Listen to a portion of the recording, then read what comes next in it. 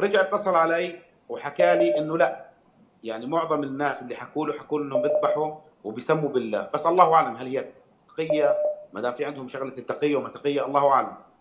فيعني يا ريت لو حضرتك بمعارفك او بالناس اللي بيتصلوا فيك، اذا حدا سامعنا من الولايات المتحده من ميشيغان او كذا، يبلغنا اذا كان لما يذبحوا الشيعة الروافض، لما يذبحوا هل بيذبحوا باسم علي، يعني بيحكوا يا علي، ولا باسم الله؟